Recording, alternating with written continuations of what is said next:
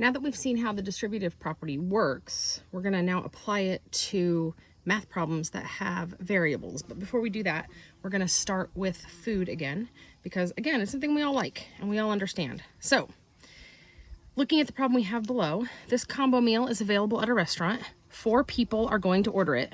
Write an expression and use the distributive property to show the total food served.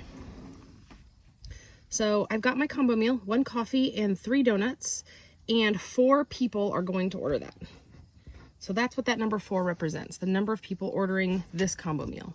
So when that food is served, we'll have 4 times the number of cups of coffee and 4 times the number of donuts. So I'll have 4 coffees and I'll have 4 times the number of donuts that come in the combo meal. So 4 times 3 is 12. So that's what's going to be brought to the table. 4 coffees and 12 donuts. So now we can see how this works if we replace those symbols, those food items, coffee and donuts, with letters and turn them into algebraic expressions with variables. So let's start again that I have this new combo meal that is 2 cups of coffee and 4 donuts. And 3 people are going to order this meal. So 3 people are going to order my combo meal of 2 cups of coffee and 4 donuts. So now I have to know how much food is going to get brought to the table. So I will have 3 times 2 is 6 coffees, and I will have 3 times 4, 12 donuts brought to the table. This works exactly like our problem above with the images of coffee and donuts, but this time we're using variables. And at this point, there's nothing more we can do to simplify this expression. We have 6c plus 12d, and that's as close as we can get because we don't know what those variables are representing. That's the purpose of a variable. All right, so there's some problems on your own. Go ahead and try those, pause the video, and then come back and we will work through them together and you can check your work. Pause your video now.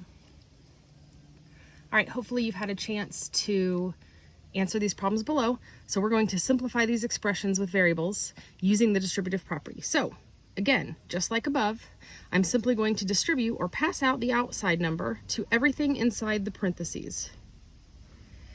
So I'm going to multiply 3 times 4a, and 3 times 4 is 12a, and I have 3 times b, which is 3b.